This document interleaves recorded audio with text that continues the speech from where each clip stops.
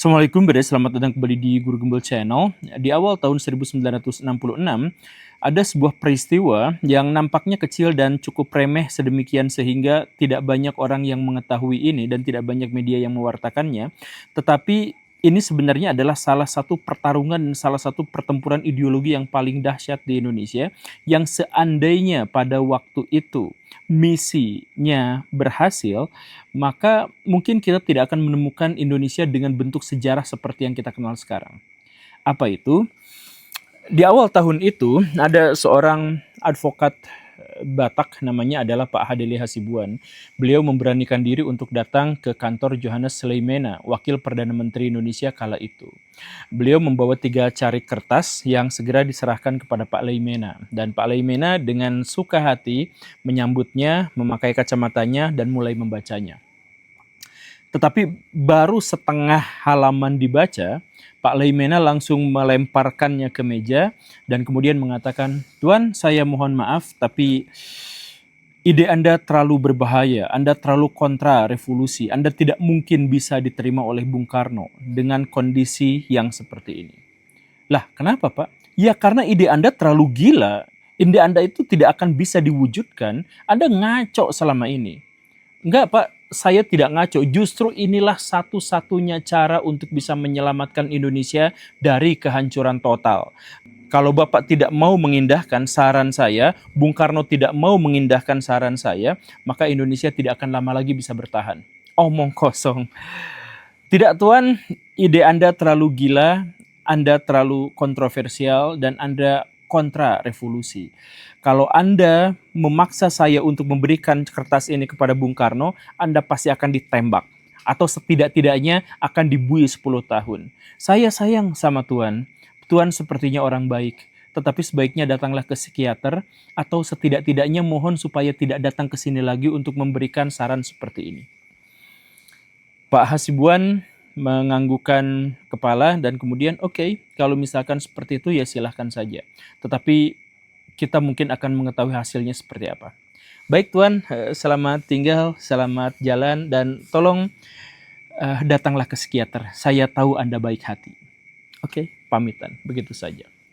Berai ingin tahu itu, ini terkait dengan antek-antek asing, agen-agen asing di Indonesia. Ini penting sekali. Simak videonya sampai tuntas, yuk kita mulai.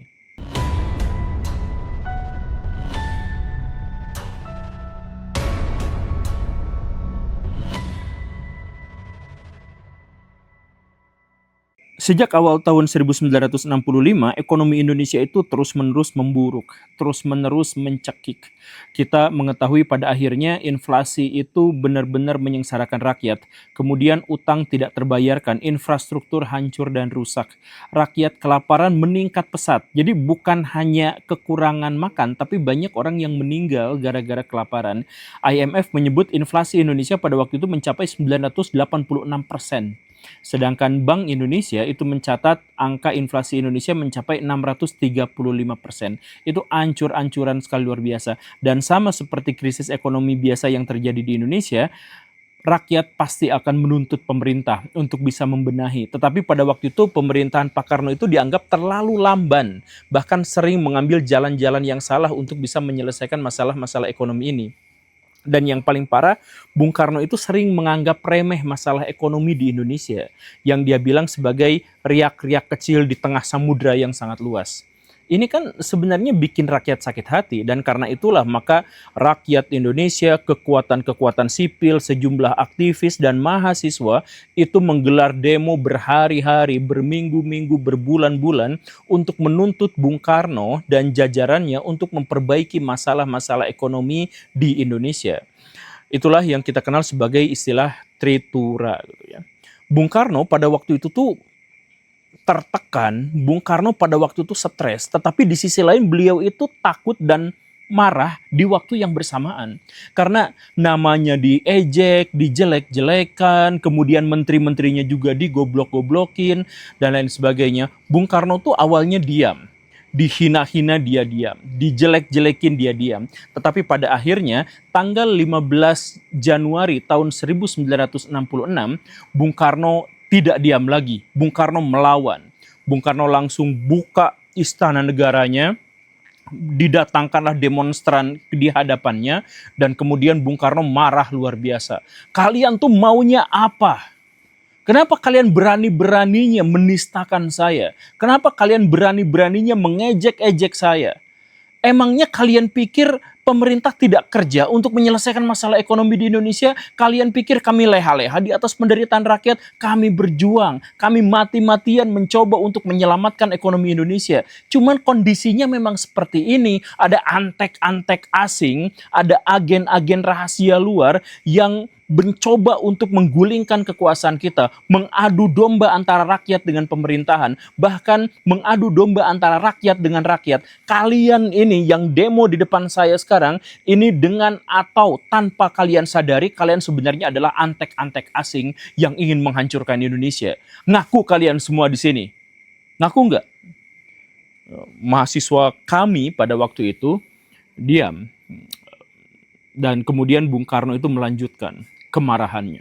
Bung Karno mengatakan, sekarang siapa di antara kalian yang bilang bahwa ekonomi Indonesia memburuk itu gara-gara presidennya seperti itu? Gara-gara menterinya goblok semua. Siapa di antara kalian? Kalau ada di antara kalian yang berani ngomong itu di depan saya sekarang buka sayembara besar. Sayembaranya itu adalah siapapun di antara kalian yang mampu memberikan saran, konsepsi, dan skema ekonomi yang baik, yang bisa membuat harga-harga kebutuhan pokok masyarakat Indonesia turun, maka saya akan beri dia jabatan menteri. Dan dia harus bisa menyelesaikannya dalam waktu 3 bulan.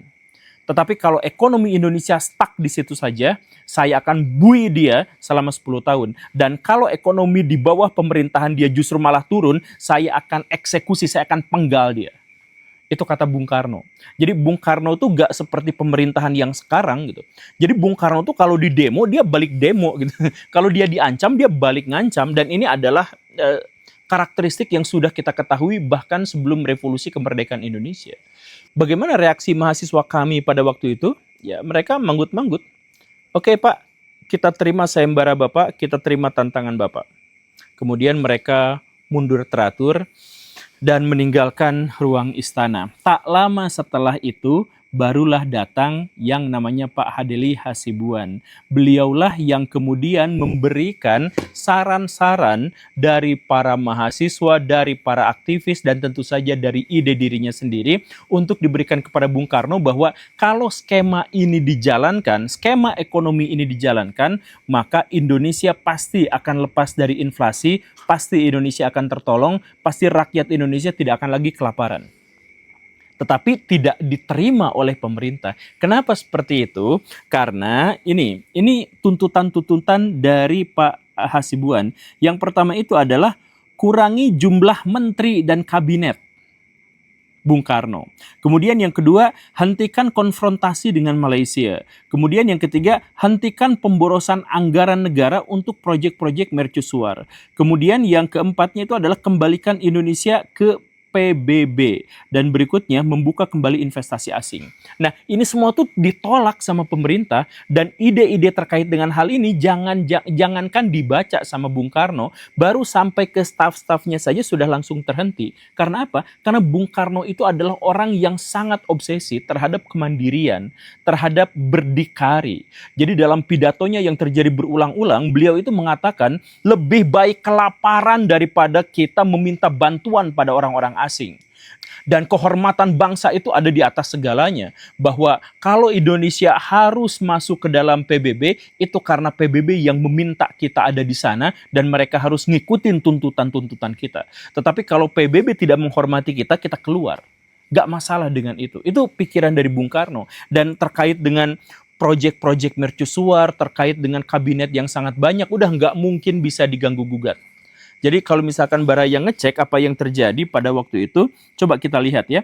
Bung Karno itu sejak tahun 1955 itu awalnya memiliki kabinet yang jumlahnya itu cuma biasa-biasa aja, cuma 33. Tetapi setelah di reshuffle kemudian berubah menjadi 40. Kemudian ada reshuffle lagi jadi ada 60. Kemudian berikutnya lagi tahun 64 itu mencapai 110 menteri kabinet ya. Dan kemudian berikutnya lagi itu mencapai 132 kabinet. Ini terlalu banyak Baraya, dan jumlah yang ini tuh menyebabkan apa? Menyebabkan tugas-tugas yang saling tumpang tindih satu sama lain, bentrokan antara satu lembaga kementerian dengan lembaga yang lain, kemudian inefisiensi dan pemborosan anggaran besar-besaran, kemudian celah korupsinya menjadi jauh lebih besar lagi dan sulit untuk dilacak, dan kegagalan sistemik. Nah, ini yang terjadi di zaman Bung Karno, tetapi inilah yang terjadi. Dan sialnya Bung Karno itu tidak mau nerima saran dari siapapun. Pokoknya ini yang mau saya jalankan, ya sudah ini harus dijalankan. Jadi kalau ada rakyat demo, kalau ada rakyat kritik ini dan sebagainya, Bung Karno senyap. Saya akan jalan terus maju ke depan. Begitu. Karena dalam pikiran Bung Karno pada waktu itu, siapapun yang menentang kebijakan ekonominya, siapapun yang menghadang keinginan-keinginan ideologisnya, maka dia langsung cap ini adalah antek asing, antek nekolim, antek Amerika Serikat, ini antek Inggris, dan seterusnya. Itu yang ada dalam pikiran Bung Karno itu seperti itu. Dan kemudian masalah yang berikutnya itu apa? Dalam skema yang diajukan oleh Pak Hasibuan itu beliau itu menginginkan agar konfrontasi dengan Malaysia itu harus segera dihentikan. Itulah cara untuk menyelamatkan ekonomi bangsa. Kenapa? Karena konfrontasi dengan Malaysia itu pertama, itu menghancurkan ekonomi Indonesia bagaimanapun.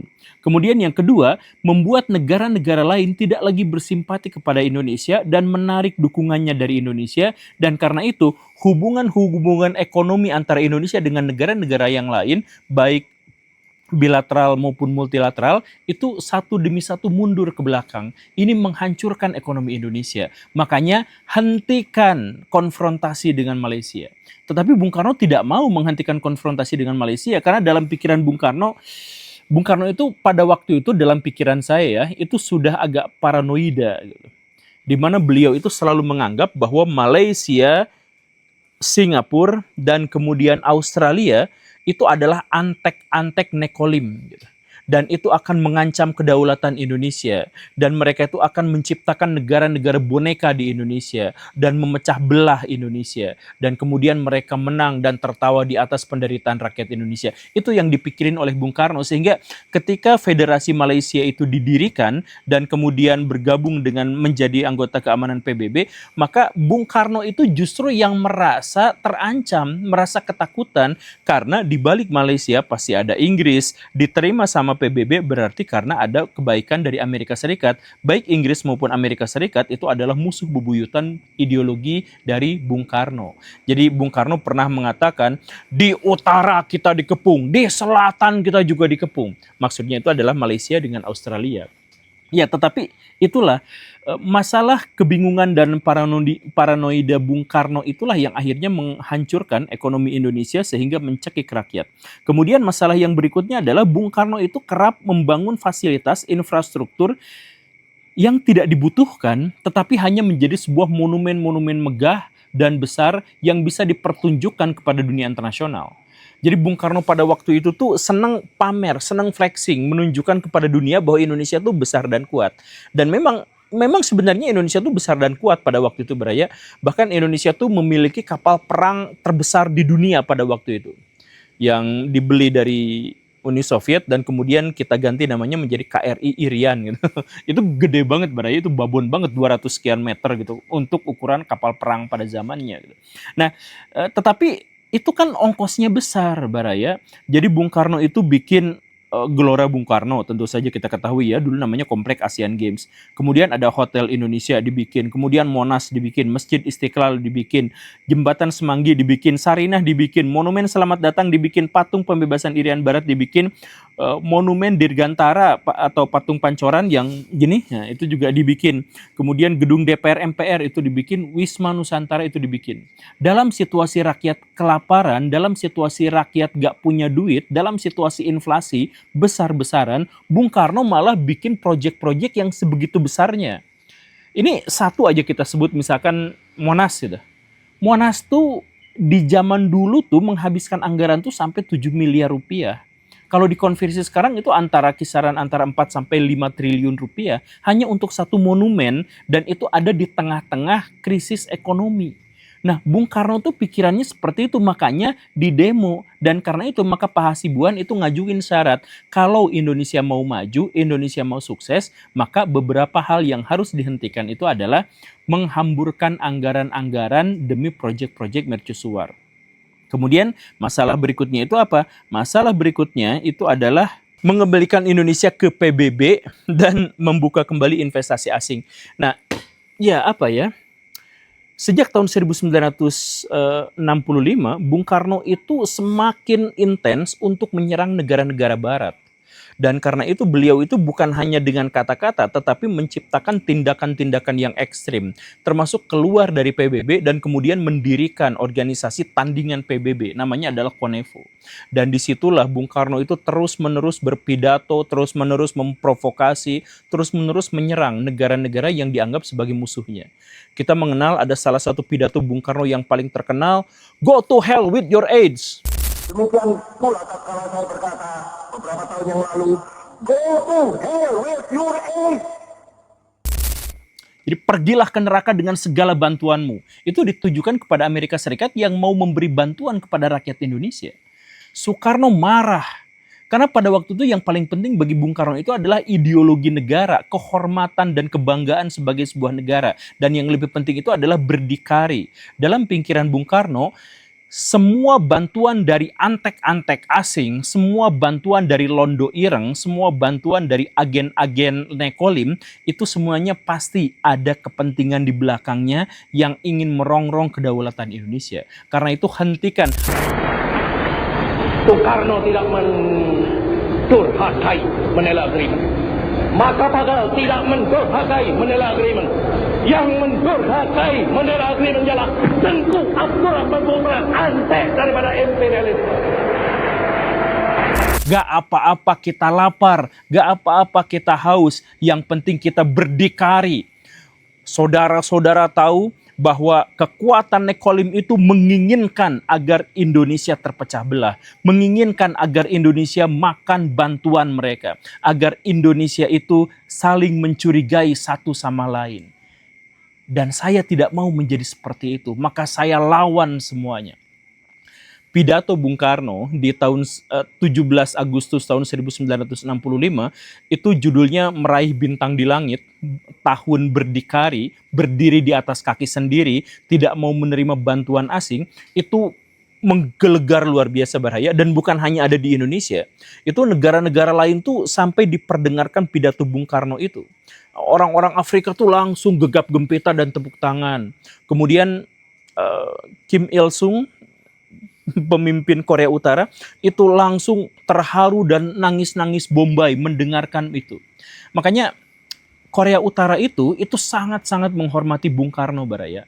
Jadi bahkan sampai sekarang pun mereka masih mengidolakan negara Indonesia, negara kita yang ya kita tahu seperti apa. Itu sama Korea Utara sampai sekarang itu masih dianggap sebagai kawan yang luar biasa baik gitu. Bahkan kalau Baraya tahu, di momen-momen tertentu, anak-anak sekolah di Korea Utara itu akan menyanyikan lagu-lagu kebangsaan Indonesia. Halo-halo Bandung tuh dinyanyikan sama mereka, kemudian ya pokoknya lagu-lagu kebangsaan Indonesia. Karena apa? Karena salah satu momentum yang paling mengharu birukan itu adalah karena Bung Karno itu dianggap sebagai tokoh yang bisa melawan imperialisme baru. Tokoh yang dianggap memperjuangkan negara-negara yang baru merdeka. Nah, cuman masalahnya adalah Bung Karno itu hanya mendapatkan dukungan dari negara-negara yang miskin. Jadi kalau terjadi hubungan misalkan Indonesia dengan negara-negara Afrika, lebih mungkin mereka yang minjem duit daripada sebaliknya. Nah, sialnya adalah pidato-pidato Bung Karno itu disiarkan ke seluruh dunia dan langsung membuat negara-negara barat itu benci setengah mati. Akhirnya apa? Setiap Bung Karno pidato, saham jatuh. Setiap Bung Karno pidato, rupiah jatuh. Setiap Bung Karno pidato, inflasi naik. Itu yang terjadi pada waktu itu. Makanya Pak Hasibuan, kemudian para demonstran pada waktu itu memohon, Pak, udah hentikan konfrontasi dengan negara-negara barat. Kita baikan lagi sama PBB. Kita buka investasi dengan negara-negara lain. Kerjasama tidak sama dengan infiltrasi. kooperasi dengan negara-negara lain tidak sama dengan menjadi antek-antek asing. Bung Karno gak usah kepikiran soal antek-antek asing itu. Tetapi kan Bung Karno tidak mau terima, pokoknya berdikari di atas segalanya. Dan akhirnya apa? Ekonomi kita tuh hancur lebur, Baraya. Jadi ada satu fenomena yang sangat ironi, Baraya. Ini diceritakan dari kakek dari teman saya.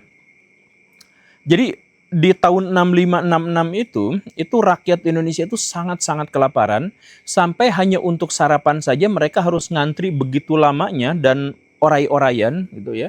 Ngantrinya lama di Pak RT, di kelurahan gitu. Karena di situ ada jatah makanan yang dibagikan dan itu rakyat ngantri, satu kampung, satu kelurahan itu ngantri semuanya. Tapi begitu ngantri, nah di tempat antrian itu ada speaker gede, ada toa yang kemudian menyanyikan secara berulang-ulang lagu Riang Gembira, karya Bung Karno sendiri. Baraya pernah dengar nggak lagu yang semacam ini? Mari kita bergembira, sukaria bersama, nah dan seterusnya. Nah itu adalah ciptaan Bung Karno. Bahkan di situ ada liriknya kurang lebih yang seperti ini. Siapa bilang Bapak dari Blitar, Bapak kita dari Prambanan. Siapa bilang rakyat kita lapar, Indonesia banyak makanan. Jadi itu lagu propaganda yang dibuat oleh Bung Karno untuk membuat masyarakat Indonesia terhibur dan bersemangat. Tapi kan di situ ada kata-kata yang sangat ironi. Siapa bilang rakyat Indonesia lapar, Indonesia banyak makanan. Tapi lagu itu diperdengarkan tepat di antrian orang-orang yang kelaparan yang sedang menunggu makanan dari kelurahan. Itu saya nggak tahu penonton saya itu usianya berapa, tetapi kalau cukup tua, saya yakin Baraya yang pernah mengalami hidup di zaman Bung Karno pasti juga pernah mengalami ngantri hanya untuk dapat sarapan, hanya untuk dapat makan siang, hanya untuk bisa makan sehari 2 kali atau sehari 3 kali. Saking miskinnya Indonesia pada waktu itu. Dan akhirnya apa? Ya, tak lama setelah itu Bung Karno digulingkan. Sedikit demi sedikit dan dengan cara yang paling menyakitkan. Disiksa hidup-hidup selama 5 tahun sampai akhirnya Bung Karno tidak bisa bertahan. Mentalnya, fisiknya dihancurkan secara sistematis oleh para penggantinya. Jadi apa pesan yang ingin saya sampaikan kepada Baraya di sini adalah sekarang tuh konon ada seorang presiden yang mencoba untuk meniru apa yang dilakukan Bung Karno. Fokus pada ideologi, fokus pada kemandirian, fokus pada berdikari, dan kemudian melakukan berbagai pidato yang provokasi, dan kemudian menghancurkan saham dan ekonomi Indonesia. Ada yang seperti itu, dan keras kepalanya tuh luar biasa, Baraya. Sama seperti Bung Karno di zaman dulu, dikasih saran, dikasih kritik, itu justru malah melawan, justru malah ngejek, justru malah mentertawakan, bahkan justru malah marah-marah gitu. Di zaman Bung Karno, kita tuh menemukan ada sejumput kewajaran, pemakluman. Ya wajar karena pada waktu itu memang Indonesia baru saja merdeka, kemudian Indonesia membutuhkan bentuk yang baru, baik itu politik dalam negeri maupun politik luar negeri, dan bahwa Indonesia memang benar-benar membutuhkan hubungan yang baik dengan negara-negara luar yang tidak mengambil keuntungan semata dari kita. Ya wajar kalau misalkan di zaman dulu, tetapi di zaman sekarang itu aneh kalau misalkan ada presiden yang seperti itu. Dan gayanya juga sama. Kalau misalkan ada apa-apa pasti dituding antek asing, londo ireng, dan hal yang semacamnya. Begini Baraya, saya ingin katakan kepada Baraya dan ini sangat penting ya. Di Amerika Serikat, antek-antek asing, penyusup-penyusup, agen-agen yang didatangkan kepada Amerika Serikat untuk menghancurkan negara itu ada. Di Cina itu penuh dengan antek asing. Di Rusia itu penuh dengan antek-antek asing. Yang membidikkan senjatanya itu ke Putin itu ada. Jadi antek asing itu selalu ada di semua negara, di setiap wilayah. Dan karena itu dia tuh nggak jadi alasan bagi kehancuran ekonomi. Jadi kalau misalkan Baraya menemukan, lihat Indonesia. Indonesia tuh betapa kayanya Baraya, betapa luasnya, betapa tidak terbatasnya sumber daya kita. Itu banyak. Jadi satu-satunya alasan kenapa kita miskin itu adalah karena sumber daya yang melimpah itu dikelola dengan tidak baik oleh pemerintah.